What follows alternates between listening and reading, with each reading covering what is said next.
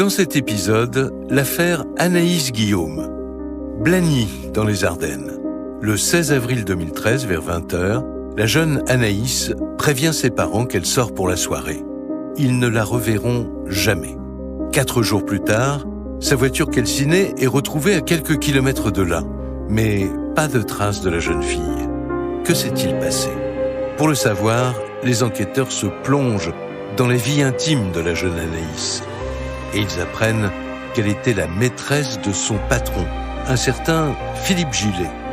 L'agriculteur nie avoir quelque chose à voir avec cette disparition. Mais les gendarmes découvrent que son épouse est décédée il y a peu dans des circonstances étranges. Ce suspect au passé inquiétant a-t-il dit toute la vérité ? La réponse dans ce podcast inédit de Chroniques criminelles.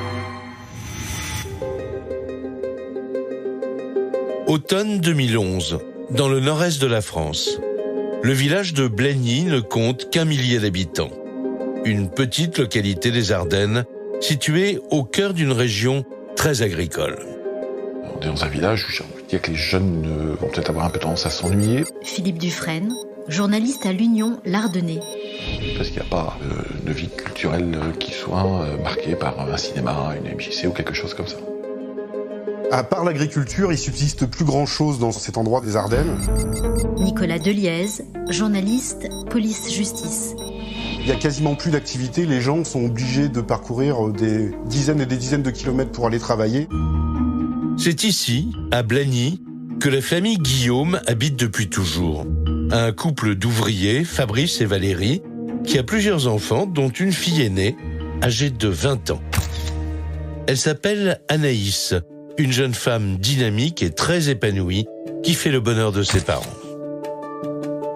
Anaïs, c'est la joie de vivre, c'est quelqu'un qui aime les enfants. Valérie Guillaume, maman d'Anaïs. Qui aime les animaux, qui aime faire la fête, qui est sincère en amitié et qui a beaucoup d'amour. Une fille calme, posée, courageuse, et puis elle faisait un peu toujours ce qu'elle voulait. Fabrice Guillaume, papa d'Anaïs. Si elle avait décidé d'aller quelque part, elle y allait, elle nous demandait l'autorisation, même si on lui donnait pas, elle y allait quand même. Quoi. Elle a toujours été un peu comme ça.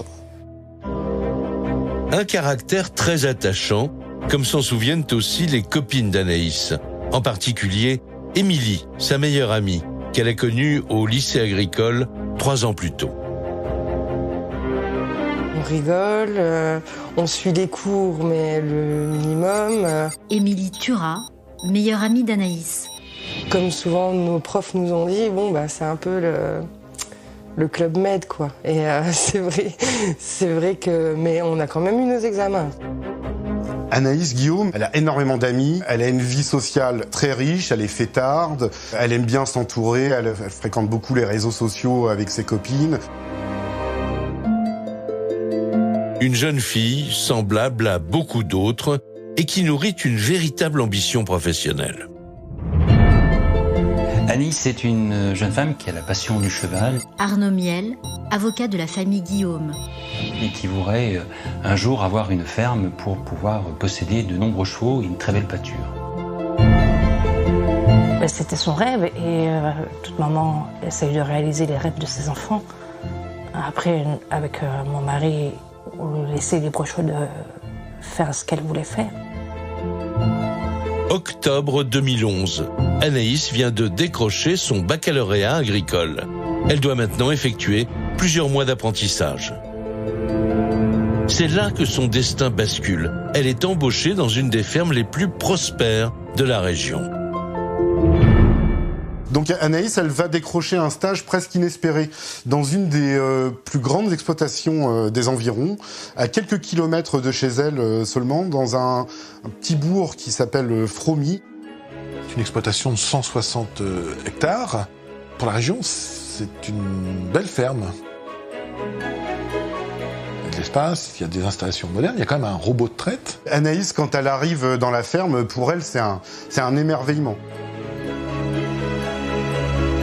Et surtout, elle fait la connaissance du maître des lieux, Philippe Gillet, un agriculteur de 40 ans qui s'est spécialisé dans l'élevage. Il lui apprend le fonctionnement d'une grande exploitation agricole. Elle est vraiment fière de ce qu'elle fait, elle est très investie dans la ferme. Il y a tout pour elle là-bas, elle s'occupe des animaux, des champs. Et un mercredi après-midi, elle nous a emmenés passer quelques heures avec elle dans le tracteur et nous montrer ce qu'elle savait faire.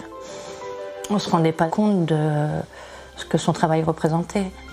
Et là, on a été très fiers de notre fille. Anaïs Guillaume, 21 ans, s'épanouit dans son travail. C'est à ce moment que tout s'accélère. Philippe Gillet, qui a perdu récemment sa femme dans un accident, n'est pas insensible au charme de sa jeune stagiaire.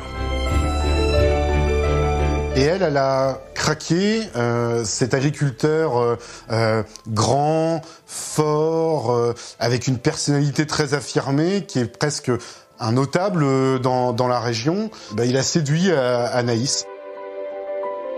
Ils entament une discrète relation, mais sans habiter ensemble. La jeune Anaïs semble comblée par cette nouvelle vie. Jusqu'au mardi 16 avril 2013. Anaïs vient de passer la journée à travailler dans les champs. Il est 17h lorsqu'elle regagne en voiture le domicile familial. On est en fin de journée, Anaïs vient de rentrer de la ferme comme tous les jours, et elle ressort en disant à son frère que voilà, elle doit aller chez des amis. Et elle se change et elle dit à son frère qu'elle revient dans pas longtemps. Elle n'a même pas pris de papier, pas de sac à main, rien du tout. Elle part avec juste sa voiture et ses cigarettes. En partant, la jeune fille dit simplement de ne pas l'attendre, qu'elle a prévu de rentrer tard. Et elle s'en va au volant de sa voiture. Mais le lendemain matin, ses parents constatent qu'elle n'est pas là. Ils doivent se rendre à l'évidence. Leur fille n'est pas rentrée de la nuit. Bon, Anaïs est jeune, elle peut faire une imprudence ou pas penser à prévenir ses parents parce qu'elle fait la fête, mais en tout cas, ça lui ressemble pas du tout. Moi, d'habitude, elle m'envoie toujours des messages si elle rentrait pas, s'il fallait que je laisse la porte ouverte pour rentrer. Et là, j'avais pas eu de message, donc on a commencé à s'inquiéter. Pour tous ses proches, cette absence est inhabituelle. Premier réflexe, je prends le téléphone, j'appelle sur son portable, quoi, et je lui laisse un message, même marrant, où je dis, écoute Anaïs, c'est bon, arrête, c'est bon, on a bien flippé, maintenant, refais surface. Comme ça sonnait encore sur son téléphone portable. Au bout du fil, aucune réponse. Son portable bascule sur messagerie.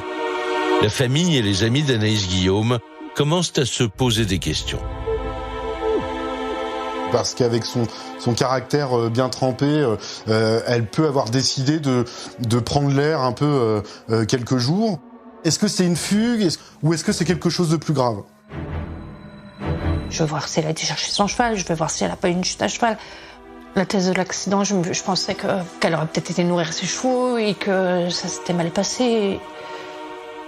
Et quand on est arrivé et qu'on a vu les chevaux, on s'est dit, ben non, c'est pas possible, elle n'est pas partie à cheval.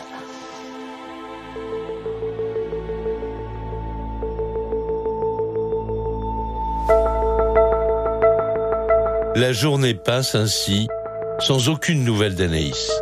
24 heures après sa disparition, ses parents, rongés par l'angoisse, se rendent à la gendarmerie locale pour qu'on lance des recherches. Mais les gendarmes temporisent. Ils disent aux parents que leur fille est majeure et elle est très bien pu s'absenter volontairement. Il fallait attendre 72 heures, je crois, pour lancer vraiment des recherches, quoi. 72 heures, ça fait long, quoi. Les parents insistent quand même, il y a des choses qui sont pas normales. Philippe Dufresne, journaliste à l'Union l'Ardennais. Il n'y a pas de vêtements d'emmener, il n'y a pas moyen de la joindre sur son portable, on ne retrouve pas la voiture non plus, donc c'est assez important. C'est un énorme point d'interrogation. Rien à faire, les gendarmes considèrent qu'il est encore trop tôt pour qualifier cette disparition d'inquiétante. Alors les parents, de plus en plus angoissés, décident de mener leur propre enquête avec les moyens du bord. Après on cherche beaucoup. Valérie Guillaume, maman d'Anaïs. Mon mari cherche, moi je cherche de mon côté. Mais moi je commence à chercher dans les alentours, si je vois pas la voiture déjà. Fabrice Guillaume, papa d'Anaïs. On va voir un peu les connaissances qu'elle a à droite à gauche pour voir si quelqu'un l'a vue. Ses parents cherchent à savoir alors où leur fille a bien pu passer la soirée avant de disparaître. Et rapidement, ils apprennent qu'elle s'est rendue chez des amis dans le village à Blenny. Ses amis lui proposent de dîner chez eux. Nicolas Deliez, journaliste, police-justice. Ils vont passer une soirée tout à fait normale. Ils vont dîner, ils vont boire un petit coup. Pour eux, ils racontent que tout s'est passé tout à fait normalement. En interrogeant ses amis, les parents d'Anaïs découvrent aussi que leur fille n'était pas seule ce soir-là. Elle était en compagnie de Philippe Gillet et ils ont quitté la soirée ensemble. Fabrice, le père de la jeune fille, décide aussitôt d'aller voir l'agriculteur. En lui demandant s'il a vu Anaïs, il a dit oui, que Anaïs avait dormi chez lui, qu'à 4h30 du matin, il se lève et elle n'est plus là. Qu'est-ce qui a pu provoquer ce départ précipité comme ça? Et pourquoi surtout ne pas prévenir les parents alors qu'Anaïs est en très bon terme avec eux et qu'elle les prévient systématiquement? Et même si elle voulait partir d'un coup de tête, on part pas sans carte bancaire, sans papier d'identité. Bon, c'est impossible. Difficile pour le père d'Anaïs de croire à un départ si précipité. Mais Philippe Gillet lui donne une information qui pourrait tout changer. Philippe Gillet, quand il y a la disparition d'Anaïs, il est catégorique. Pour lui, Anaïs a disparu, mais c'est volontaire. Pour lui, sa disparition n'est pas du tout inquiétante. Anaïs lui avait fait la confidence qu'en fait, elle en avait marre de sa vie actuelle et qu'elle se voyait bien tout quitter du jour au lendemain, sans rien dire à personne, pour mener la vraie vie qu'elle voulait. D'après Philippe Gillet, Anaïs aurait donc décidé de changer de vie du jour au lendemain. Mais au lieu de rassurer le père d'Anaïs, cette nouvelle l'inquiète encore plus. Fabrice Guillaume est déterminé à la retrouver. Quelques jours après la disparition de sa fille, Fabrice Guillaume est comme un lion en cage. Il faut qu'il trouve. Elle a dû avoir un accident, peut-être qu'elle est prisonnière dans sa voiture, dans un talus. On a cherché après la voiture, on a fait toutes les... On a les hôpitaux, les gendarmeries, même aux alentours. Toujours aucune trace d'Anaïs. Après 4 jours sans nouvelles, pas question pour son père de baisser les bras. Il parcourt les Ardennes à la recherche du véhicule de ses filles ou du moindre indice. Il franchit même la frontière belge à quelques kilomètres de là. Donc il se rend à la police de Florenville qui lui dit « Bah non, on n'a pas de profil d'une jeune fille comme vous nous décrivez. Par contre, on a une voiture qui a brûlé dans les bois de Chameleux. » Carbonisée, quoi. Et je lui dis « Il y a possibilité d'aller la voir. » Une voiture abandonnée et carbonisée, Fabrice Guillaume veut tout vérifier. Anaïs aurait-elle pu être victime d'un accident de la circulation? Il fonce vers ce fameux bois, un endroit très isolé des Ardennes belges. Il faut imaginer ça, c'est vraiment paumé, hein. C'est vraiment le coin vraiment paumé. Et la route serpente et il arrive sur cette carcasse de voiture. Donc il se gare, il approche avec une certaine appréhension. Au détour d'un chemin, Fabrice découvre la voiture en question. Et surprise, c'est le même modèle que celle de ses filles. Fabrice Guillaume va s'apercevoir que la voiture dispose d'un toit ouvrant, comme celle de sa fille. Il va s'apercevoir aussi qu'il y a des étuis à cigarettes qui sont exactement les mêmes que ceux qu'achète Anaïs. Pour son père, aucun doute possible. C'est bien la voiture de sa fille.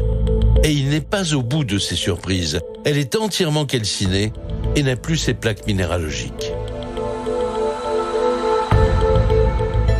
Pourquoi on lui a retiré ses plaques d'immatriculation? Ça veut dire qu'on ne veut pas qu'on la retrouve? Là, on s'est dit, le pire est arrivé, quoi. On a commencé vraiment à avoir peur, là. Et j'ai appelé mon épouse pour lui dire, et là, c'était la cata, quoi. Donc, Fabrice explique à sa femme qu'il a cherché partout autour de la voiture. N'ayant trouvé aucune trace de sa fille, il se demande si c'était bien elle qui la conduisait, car un détail l'intrigue. Le siège conducteur est reculé au maximum. Quand on sait que Anaïs Guillaume faisait un petit mètre 60, on se demande pourquoi aussi. Comment cette voiture est arrivée là? Même si on partait sur l'idée d'une fugue, il a fallu amener la voiture là, y mettre le feu, et après on repart comment? Il y a quelqu'un d'autre. La police belge et la gendarmerie française sont aussitôt alertés. Le fichier des cartes grises confirme que cette voiture appartient bien à Anaïs Guillaume. Une semaine après sa disparition, l'affaire est enfin prise au sérieux par les autorités.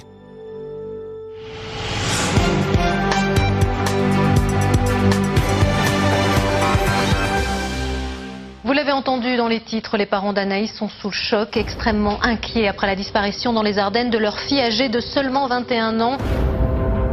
Une inquiétude décuplée depuis que la voiture de la jeune fille a été retrouvée totalement calcinée dans un chemin forestier à l'abri de regard, près du lieu-dit des Chameleux en Belgique. Anaïs, si tu m'entends, reviens à la maison, on t'aime. Tes frères, ils t'attendent, et nous aussi, on t'aime très fort, Anaïs. La famille d'Anaïs espère toujours la retrouver. Les forces de l'ordre organisent des battues, à la fois en Belgique et dans le nord des Ardennes. Mais elle ne débouche sur rien. Voilà 2 semaines maintenant qu'Anaïs n'a plus donné signe de vie. Les gendarmes convoquent alors plusieurs témoins, dont Philippe Gillet, l'amant d'Anaïs. Et l'agriculteur répond le plus sereinement du monde. On parle quand même de la disparition de sa maîtresse. Et Gillet, ça n'a pas l'air de le soucier plus que ça. Il fait l'effet d'un homme assez bourru. Mathieu Livoreille, journaliste à l'Union. Qui prend de la place, qui n'est pas très expressif sur ses sentiments, mais bon, ça évidemment, c'est pas illégal. Philippe Gillet confirme qu'Anaïs l'a bien quitté en pleine nuit. Une escapade volontaire qu'il explique par un nouvel élément. Il a reçu au petit matin des SMS de sa part pour lui dire qu'elle allait bien, mais sans préciser où elle était. Les enquêteurs commencent à échafauder des hypothèses. Il y avait aussi l'éventualité qu'Anaïs Guillaume soit bien partie vivante de son plein gré de chez Philippe Gillet cette nuit-là, et aurait fait une mauvaise rencontre d'un inconnu, d'un routier, d'un automobiliste.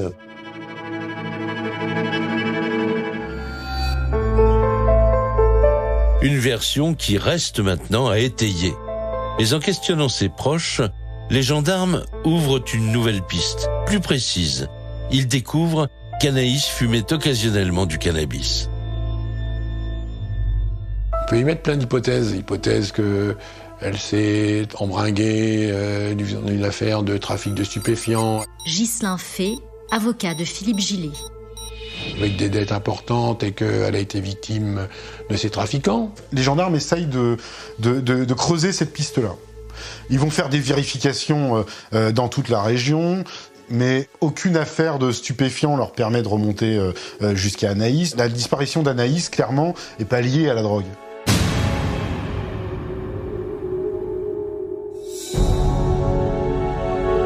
Retour donc au point de départ. Sans indice supplémentaire, les enquêteurs décident d'exploiter la piste de la voiture d'Anaïs. Elle a été retrouvée en Belgique. Or, ils ont traité par le passé des affaires de prostitution qui les ont souvent menés de l'autre côté de la frontière. Cette piste-là peut être intéressante parce que Anaïs Guillaume disparaît. Philippe Dufresne, journaliste à l'Union l'Ardennais. Sa carte vitale ne bouge plus, son compte en banque ne bouge plus. Pourquoi pas se retrouver embarqué dans une histoire de réseau et après partir dans d'autres pays en Europe. Mais il n'y a pas de piste concrète. À mesure que les mois passent, l'enquête finit par s'enliser. Mais la famille d'Anaïs, elle, est toujours déterminée à retrouver sa trace. Au bout d'un certain temps, ils vont même faire des choses qui, au départ, leur paraissaient complètement folles. Ils vont aller voir des voyants. Nicolas Deliez, journaliste, police-justice. Il faut se mettre à leur place, les parents d'Anaïs Guillaume, ils vivent plus depuis la disparition de leur fille. Tous les jours, toutes les heures, ils y pensent. Ils comprennent pas ce qui a pu se passer. Plus d'une année s'écoule ainsi sans la moindre nouvelle d'Anaïs. Ses parents craignent que leur fille tombe dans l'oubli. Alors, ils mobilisent tous ceux, famille et amis, qui côtoyaient la jeune femme. Il a fallu qu'on fasse des manifestations à Charleville-Mézières devant la préfecture de Charleville-Mézières. Valérie Guillaume, maman d'Anaïs. Pour rencontrer le procureur qui n'a jamais voulu nous rencontrer. On n'a pas accès au dossier d'Anaïs. On se demande pourquoi.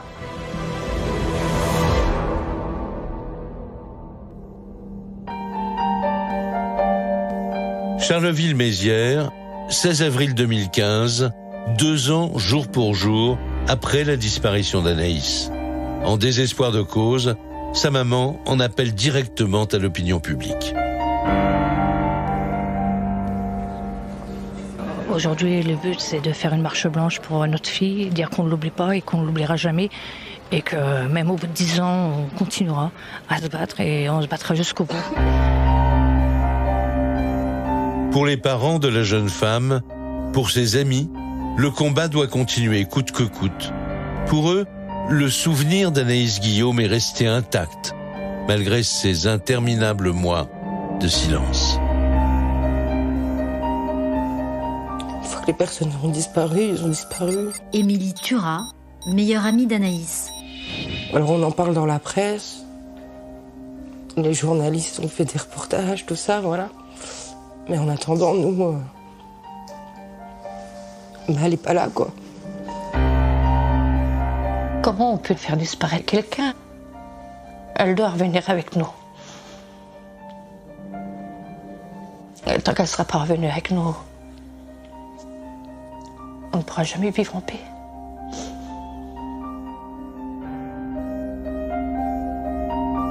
Les proches d'Anaïs refusent de se résigner. Pourtant, il leur faudra plusieurs mois encore avant d'entrevoir un début d'explication.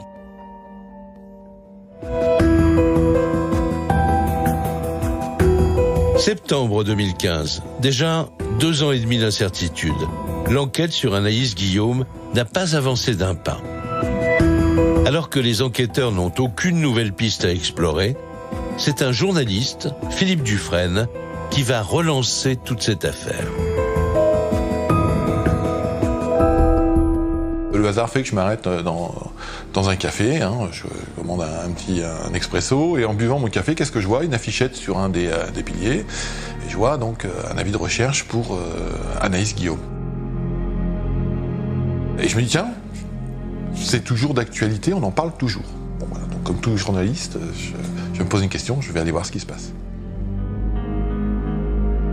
Il n'y a pas d'enquête. Clairement, c'est Anaïs Guillaume a disparu, la gendarmerie en a pris note, ça doit être une fugue, et ça va bien comme ça. Tout le monde s'en fout.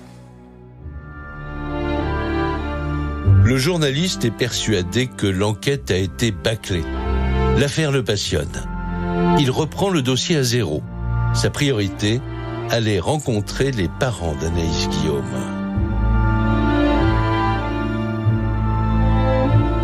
Tout de suite, je découvre des gens qui sont vraiment en chute libre, dans une situation qui est catastrophique pour eux. Valérie et Fabrice Guillaume me donnent l'impression d'être des personnes qui sont totalement isolées dans ce dossier. Pour une fois, on a quelqu'un qui nous soutient. Pour une fois, il y a quelqu'un qui croit en nous et on se dit peut-être qu'on va aboutir à quelque chose. Et là, il ne veut pas que Anaïs tombe dans l'oubli et il me dit on va refaire des articles et des articles. Et en questionnant ses parents, le journaliste découvre une information qui n'avait pas été rendue publique. En juillet 2012, 8 mois avant sa disparition, Anaïs avait déposé plainte pour violence contre Philippe Gillet. sont disputés pour une histoire de jalousie. Et là, il y a une scène qui éclate et M. Gillet porte des coups sur notre fille Anaïs.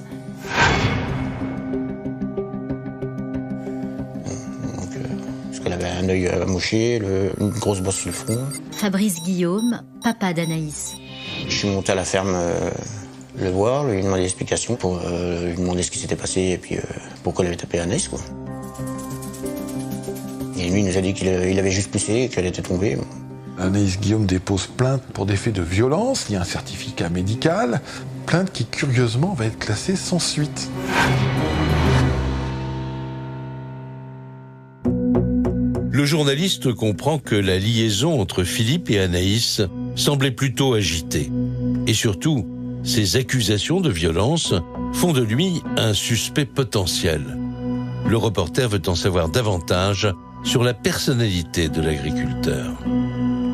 Quand je commence à m'intéresser au dossier, des gens me disent « Oui, mais attention, la famille Gillet, faut pas rigoler avec. Ce sont des gens qui ont du pouvoir. Ce sont des gens qui, à l'occasion, n'hésiteront pas à rappeler qu'ils ont du pouvoir. » D'un côté, ce sont des gros agriculteurs, peut-être les plus importants de la région, mais ce sont aussi des durs. Et qui font un peu peur à tout le monde, faut bien le dire. Dans ces campagnes, les langues ont du mal à se délier, même si certains, sous couvert d'anonymat, dressent un portrait peu flatteur de Philippe Gillet et de ses frères. On laisse entendre qu'il serait mêlé à des affaires pas claires, et à des arnaques, à des choses comme ça. Philippe Dufresne, journaliste à l'Union l'Ardennais. Peut-être bien pour escroquer l'assurance, enfin des choses comme ça. Il y en a un qui a trempé dans le scandale de la viande chevaline. Il y en a un qui a été condamné pour violence sur sa femme. Philippe Gillet lui-même a été inquiété pour des bagarres où il aurait donné des coups un peu à plusieurs personnes. Mais pour Victoria, la fille de Philippe Gillet, cette réputation est injustifiée. Elle reposerait, selon elle, sur la jalousie suscitée par la réussite de sa famille.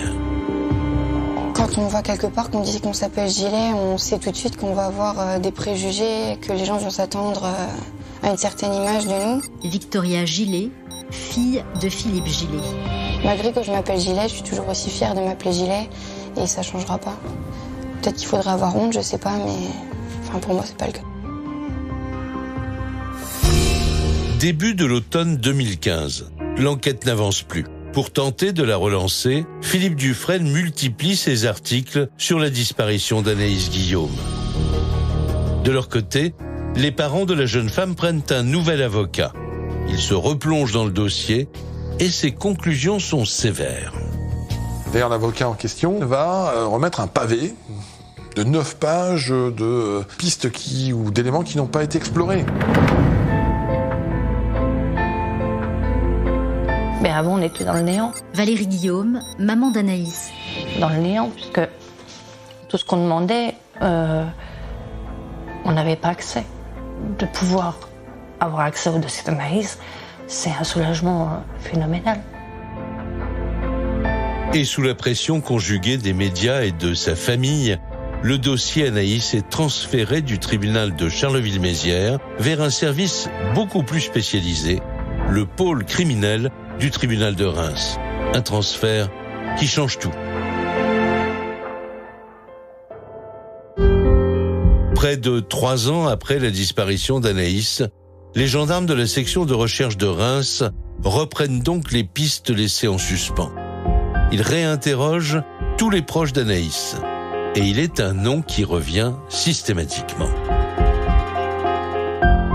La dernière personne à avoir vu vivant Anaïs, c'est Philippe Gillet. Nicolas Deliez, journaliste, police-justice. Et donc tout naturellement pour les gendarmes, il fait figure de suspect. Qu'est-ce qu'on peut envisager? Une relation qui était peut-être pas simple. Anaïs commence à être un peu nerveuse par cette relation, elle sait plus trop bien où elle va, donc ça crée assez rapidement des tensions dans le couple. Une relation qui s'envenimait de jour en jour. Dès lors, un possible scénario se précise dans l'esprit de ces gendarmes, des spécialistes des enquêtes criminelles. Philippe Gillet, qui aurait passé la soirée avec Anaïs Guillaume, mais ça se serait mal terminé. Est-ce qu'une dispute n'a pas dégénéré et que tout ça soit fini en drame? C'est l'hypothèse la plus probable à ce stade de l'enquête. Une hypothèse, mais toujours aucun indice matériel, hormis la voiture calcinée d'Anaïs Guillaume. Mais les gendarmes n'ont pas d'autres pistes. Ils continuent d'enquêter sur Philippe Gillet. Et des éléments nouveaux commencent enfin à apparaître. Un certain nombre d'investigations qui n'avaient pas été faites jusqu'à maintenant vont reprendre. Arnaud Miel, avocat de la famille Guillaume. Notamment au niveau de la téléphonie, du bornage, où là on va se rendre compte que la version qu'il avait apportée, la première version apportée, ne correspondait pas, semble-t-il, à la réalité. Selon la version de Philippe Gillet, Anaïs l'aurait quitté précipitamment en plein milieu de la nuit. Un scénario démenti par la géolocalisation du portable de la jeune femme. Soi-disant qu'à partir de 4h du matin, Anaïs est partie et aurait envoyé des messages à Philippe Gillet. Le souci, c'est que les téléphones continuent à borner de la ferme en question. Ça, c'est les études des relevés des opérateurs téléphoniques qui leur donnent la certitude. Le téléphone d'Anaïs et le téléphone de Philippe Gillet sont restés ensemble à la ferme. Pour les gendarmes, c'est une avancée déterminante. Le portable d'Anaïs n'a jamais quitté la ferme de Fromy. Philippe Gillet aurait-il menti dans ses dépositions? Les enquêteurs sont désormais convaincus qu'il est impliqué dans la disparition d'Anaïs. Et pour essayer de le confondre, ils décident de frapper un grand coup. Alors, au matin du 14 janvier 2016, plus d'un an après la réouverture du dossier, les enquêteurs passent à l'action. Ils lancent une vaste perquisition dans son exploitation agricole. La justice va procéder à une première fouille. Il y a un gros déploiement de gendarmerie au matin. Et d'un seul coup, arrive Philippe Gillet au volant de son tracteur, un gros tracteur.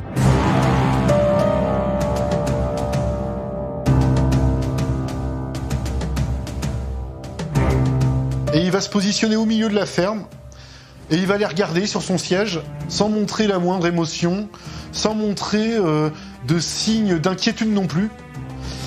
On a l'impression qu'il surveille ce qui se passe. Les enquêteurs ne se laissent pas impressionner. Pendant qu'ils commencent à passer la propriété au peigne fin, Philippe Gillet, lui, continue de les observer. Et il va rester 2 heures facilement à les toiser du regard comme ça. Je pense que c'est quelqu'un qui avait envie de montrer qu'il n'avait pas peur de quoi que ce soit.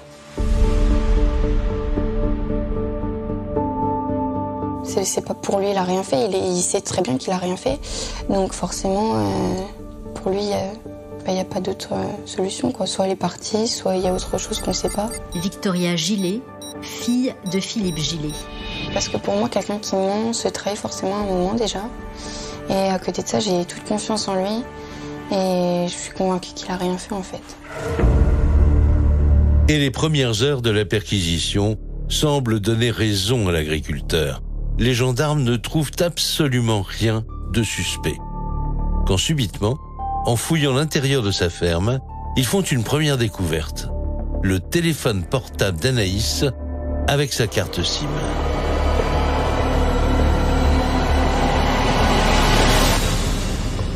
Et on va s'apercevoir qu'il y a l'empreinte ADN de Philippe Gillet sur la carte SIM. Pour les enquêteurs, ça veut dire une chose, c'est que Philippe Gillet s'est probablement envoyé lui-même des textos en se faisant passer pour Anaïs. L'idée, ça serait que Philippe Gillet ait voulu s'envoyer un SMS avec le portable d'Anaïs Guillaume. Philippe Dufresne, journaliste à l'Union l'Ardennais. Je te rassure, je suis bien rentré, enfin quelque chose dans ce genre-là. Pour les gendarmes, cette découverte accable leurs suspects. Ils imaginent un premier scénario. En envoyant ces messages rassurants, Philippe Gillet aurait voulu brouiller les pistes, le temps de se débarrasser du corps. C'est alors qu'il tombe sur un nouvel indice. les gendarmes vont retrouver une facture de 50 kilos de chaux qui ont été achetés 2 jours avant la disparition d'Anaïs. On sait que c'est un produit qui sert à accélérer la décomposition des tissus, mais aussi des os. À terme, on peut quasiment plus avoir de traces d'un corps. Qu'est-ce que pouvait faire Philippe Gillet avec de la chaux ? Chez lui, visiblement, il en a utilisé, mais il est incapable de justifier son utilisation. Le téléphone d'Anaïs et maintenant cette étrange facture de chaux. Des indices suffisants pour placer le jour même Philippe Gillet en garde à vue. Reste à savoir si la découverte de ces éléments suffira à déstabiliser le suspect. Les enquêteurs de Reims vont interroger avec force Philippe Gillet, voir s'il leur cache pas quelque chose. Ils veulent vraiment... C'est leur seule piste, en fait, Philippe Gillet, dans cette affaire. Gillet reste catégorique. Anaïs Guillaume a passé la nuit du 16 au 17 avril avec Philippe Gillet. Ghislain Fay, avocat de Philippe Gillet. Et il s'est rendu compte dans la nuit qu'elle était partie. Selon Philippe Gillet, elle est partie ailleurs, reconstruire une nouvelle vie. C'est ce qu'il pense. Durant les 2 jours de sa garde à vue, Philippe Gillet campe sur ses positions. Il n'a rien à voir avec cette histoire.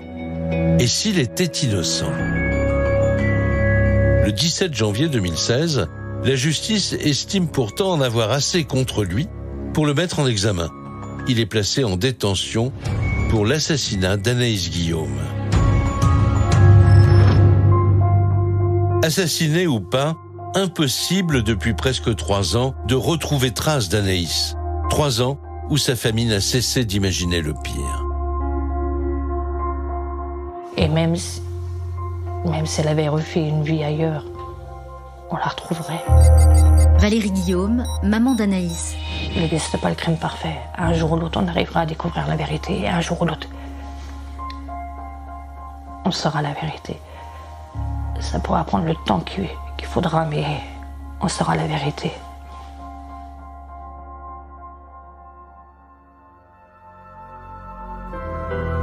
Pas le moindre aveu et toujours pas de corps. L'affaire Anaïs Guillaume fait à nouveau du surplace. Alors pour tenter de trouver de nouveaux indices, les gendarmes fouillent dans le passé de Philippe Gillet. C'est là qu'ils font un rapprochement très inattendu avec un drame survenu dans sa ferme.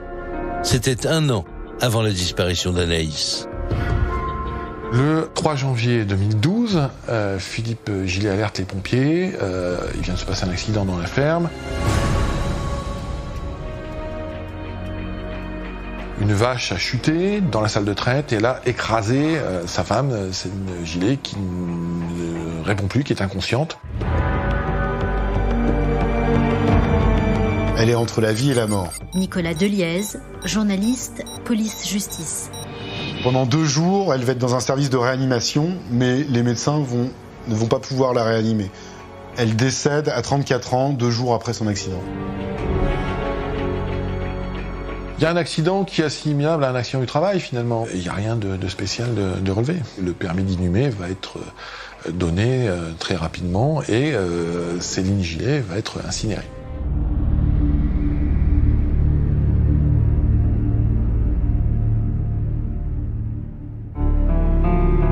Jusque-là, rien d'intrigant. Le décès est à l'époque officiellement reconnu comme accidentel.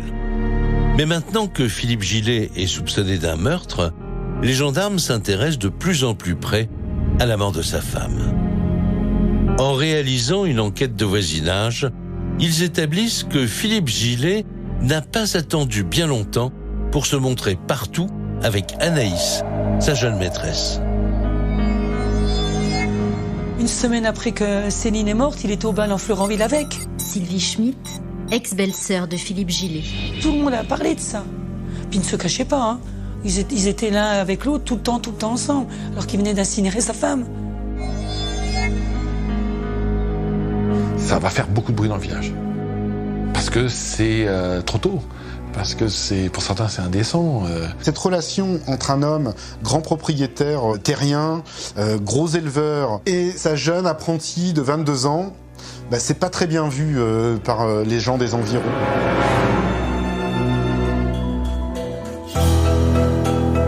Si les villageois jugent sévèrement cette liaison, pour les gendarmes, elle n'a rien de suspect. Sauf qu'en s'intéressant à la chronologie des événements, c'est de nouveau la surprise. Anaïs avait une relation avec Philippe Gillet avant le décès de Céline. Ils avaient été découverts par Céline Gillet. Ça avait amené d'énormes tensions dans le couple, et les parents d'Anaïs me disent que pour eux, il y avait certainement du divorce dans l'air. Philippe Gillet trompait sa femme avec Anaïs. Les enquêteurs s'interrogent. N'aurait-il pas fait disparaître Céline, son épouse, pour vivre au grand jour son histoire avec Anaïs? Une accusation inconcevable pour Victoria, la fille du couple. Franchement, mes parents s'entendaient très bien. Mon père a toujours donné à ma mère tout ce qu'elle avait besoin, tout ce qu'elle voulait. Forcément, comme dans tous les couples, ça n'a pas toujours été facile non plus. Mais à côté de ça, je pense qu'ils ont toujours su relever tous les défis, on va dire. Et non, ils ont fait tous les efforts pour que ça aille pour ma sœur et moi. Et ouais, franchement, non, c'était mon parent. Mais les gendarmes ont suffisamment de doutes sur l'origine du décès de Céline Gillet pour réouvrir une enquête. S'agit-il d'un drame fortuit ou bien d'un crime maquillé en accident? S'il s'agissait donc d'un accident de vache, eh bien les organes internes de cette femme auraient éclaté, ce qui n'est pas le cas. C'est impossible dans la configuration des lieux qu'une vache tombe et écrase quelqu'un. Dans le meilleur des cas, elle va s'asseoir un peu comme un chien, mais en aucun cas elle pourra basculer et écraser la personne. Le juge d'instruction d'ailleurs a ordonné un acte complémentaire. Arnaud Miel, avocat de la famille Guillaume. On appelle un transport sur lieu et un expert a légitimement établi qu'il ne s'agissait pas d'un accident. L'expert est formel. Ce décès ne saurait être consécutif à un accident. Le 16 juin 2016, 4 ans après les faits, Philippe Gillet est extrait de prison pour assister à la reconstitution de la mort de son épouse. Gillet qui est présent sur place et qui regarde encore toujours imperturbable, il se démonte pas. Il va dire vous êtes des gens de la ville, vous n'y connaissez rien. Si je vous dis que ça s'est passé comme ça s'est passé comme ça.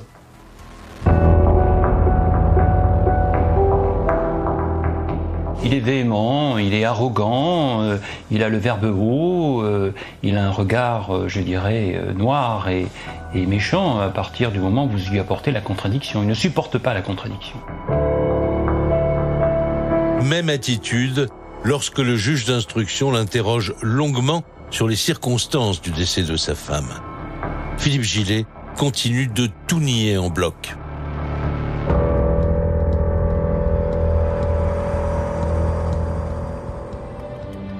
Peut-être que c'est un accident qui se produit une fois sur 1 million, mais ça arrive quoi en fait. C'est un accident et rien d'autre. Victoria Gillet, fille de Philippe Gillet. Pour moi, on ne peut pas remettre en doute ça comme ça. Le parquet, à l'époque, a autorisé quelques jours après cet accident l'incinération de Céline Gillet. Ghislain Fay, avocat de Philippe Gillet. Ce qui laisse au demeurant à penser qu'il n'y avait aucun doute sur cette affaire.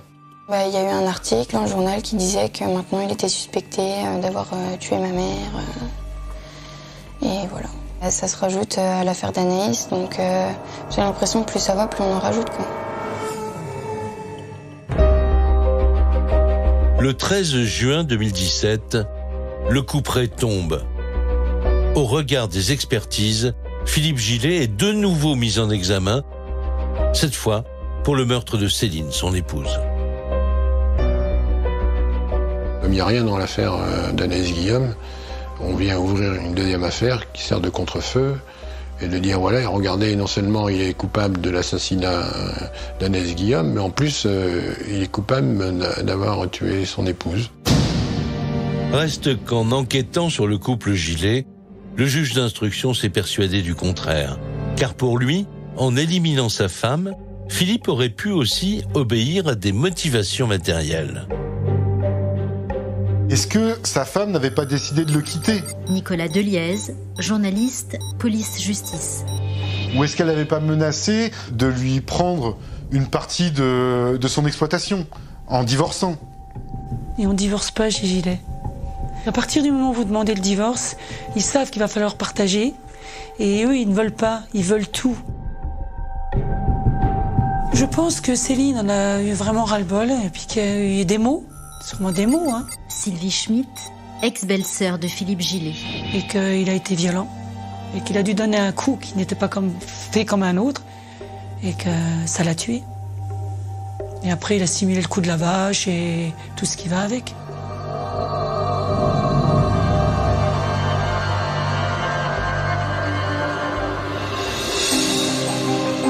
Pour la famille d'Anaïs Guillaume, le scénario paraît désormais limpide. La jeune femme aurait subi exactement le même sort. C'est une drôle de coïncidence. Valérie Guillaume, maman d'Anaïs. Que Céline Gillet, elle décède et que Anaïs, elle disparaît peu de temps après.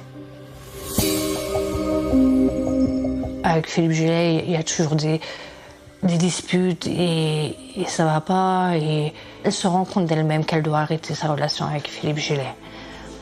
Donc elle voulait se séparer de lui. Fabrice Guillaume, papa d'Anaïs. Je pense que c'est ça qui a fait qu'il s'est mis, il était fou de rage, quoi. Donc,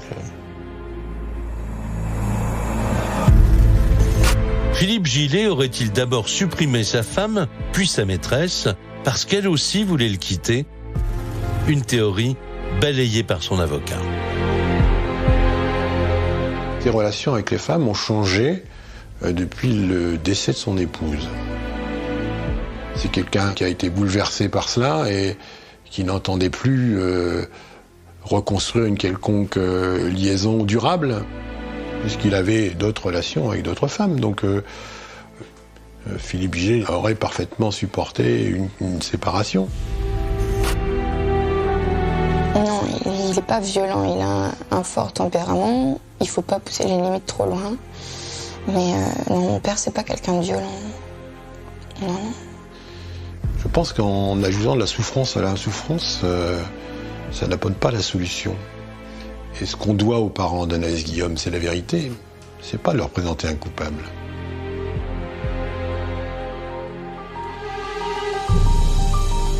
Une double accusation d'homicide, mais un suspect qui clame inlassablement son innocence. Alors Céline Gillet et Anaïs Guillaume ont-elles vraiment été supprimées? Sans aveu, ni preuve irréfutable, ce sera la question centrale du procès de Philippe Gillet. L'agriculteur des Ardennes sera seul dans le box des accusés. On verra au débat, on verra les éléments à charge et à décharge. L'avocat que je suis et qui défend Philippe Gillet vous dit que cet homme est innocent à la fois de l'assassinat d'Anaïs Guillaume, mais aussi du meurtre de son épouse. Dans cette affaire, il y a deux possibilités. Soit la mort d'Anaïs est survenue involontairement suite à une dispute qui a dégénéré, un mauvais coup, ou c'est plus machiavélique. L'achat de Chaux 2 jours avant était bien constitutif d'un assassinat. Et que donc Philippe Gillet a même été jusqu'à entraîner Anaïs ce soir-là dans sa ferme, tout simplement parce qu'il avait l'intention de la tuer. Donc c'est pas rien. Il en a conscience. Pour quelqu'un qui crie son innocence, savoir qu'il risque la perpétuité, c'est insupportable. Le 4 avril 2019, après 8 jours d'audience, la cour d'assises des Ardennes rend son verdict. Philippe Gillet est acquitté pour les coups mortels portés à sa femme, mais il est condamné à 22 ans de prison pour le meurtre d'Anaïs. La préméditation n'a pas été retenue. Une victoire au goût amer pour les proches d'Anaïs, qui espéraient enfin savoir où se trouve le corps de la jeune fille. Voilà, oui, c'est bien, mais c'est pas pour autant qu'elle reviendra. Émilie Turat, meilleure amie d'Anaïs. Donc, je veux pas qu'on l'oublie et je veux qu'on garde d'elle une image. C'était une personne merveilleuse, voilà.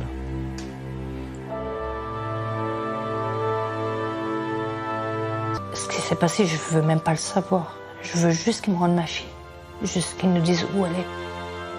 On n'a pas le droit de prendre un enfant à qui que ce soit.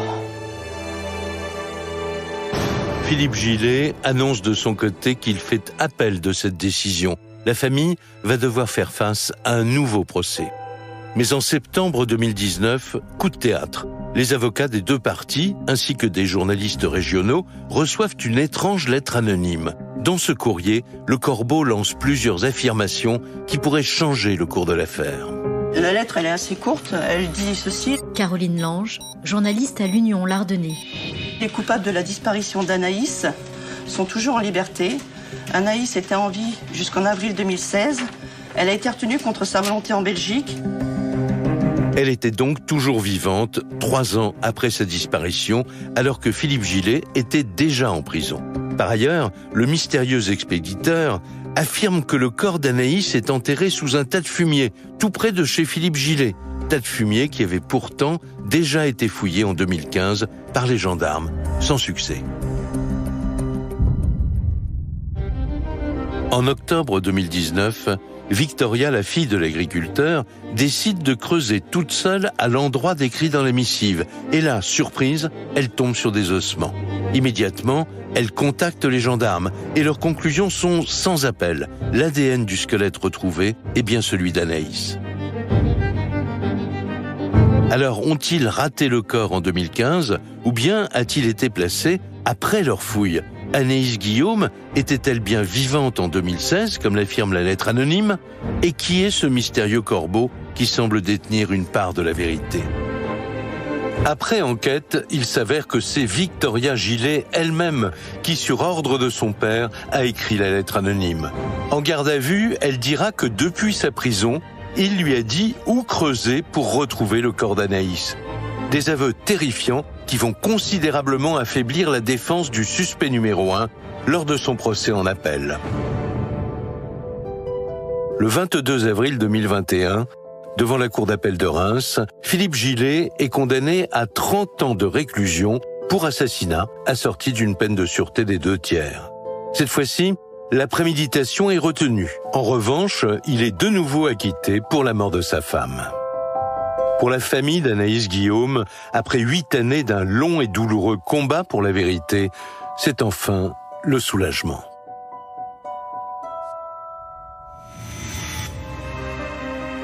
Vous venez d'écouter Chronique criminelle. Si l'épisode vous a plu, n'hésitez pas à mettre des étoiles, à commenter ou à vous abonner sur votre plateforme d'écoute préférée.